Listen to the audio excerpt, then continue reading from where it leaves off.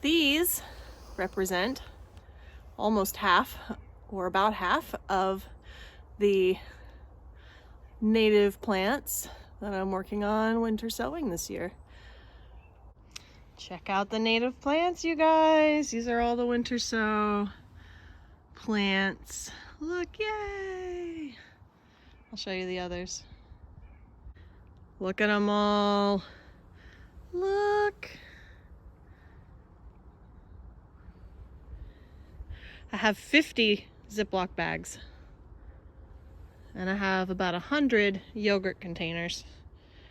And a couple of other odds and ends. So this task is almost complete. I think I have a couple of odds and ends left to sow for the winter sow, but not a whole lot. So I'm making the shift now to planting the veg garden for this year. So let's go take a look around.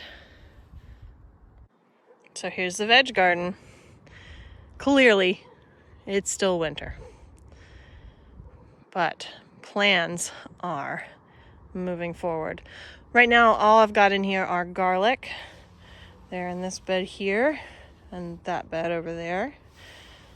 And over there, I have raspberries. Those raspberries are going to move here this spring. And here it is from this side. So one of the big projects is to put in the fencing along the outside.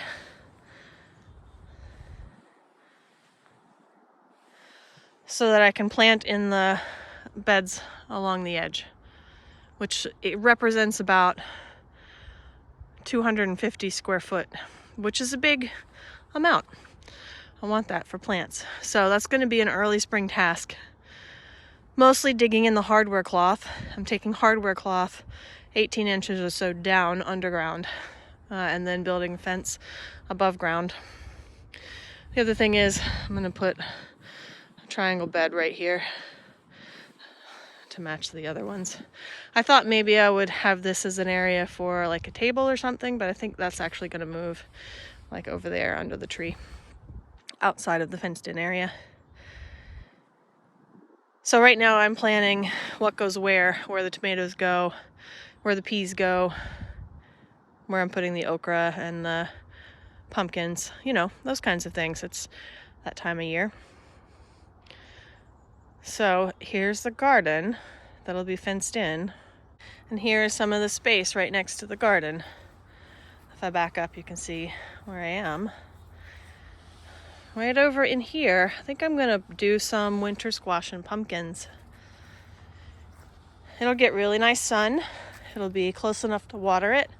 I'm not too worried about predators, rabbits and such, eating those. And they do need a little bit of space, so I'm thinking that'll go there. And here in the front of the house, this is west facing, right along here.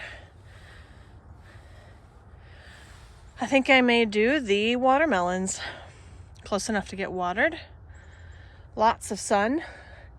This definitely is one of the hottest spots in the middle of summer. I think that'll be good. And I've been thinking about down here. Let's go down there. So we're here in the west triangle. And I'm thinking about down here if I want to do some squash or pumpkins or something. Something that doesn't need a whole lot of tending. It's pretty far from the house in terms of watering, but I don't anticipate needing to water it too much unless we have a drought again, which we may, so who knows. But I got a lot of space here, so I might use it as overflow. We shall see. So I'm excited about this planning pivot. I've got these things in. They're taking care of themselves for the next little bit. And now I can work on planning the veg garden. Yay! Are you guys planning already? Let me know.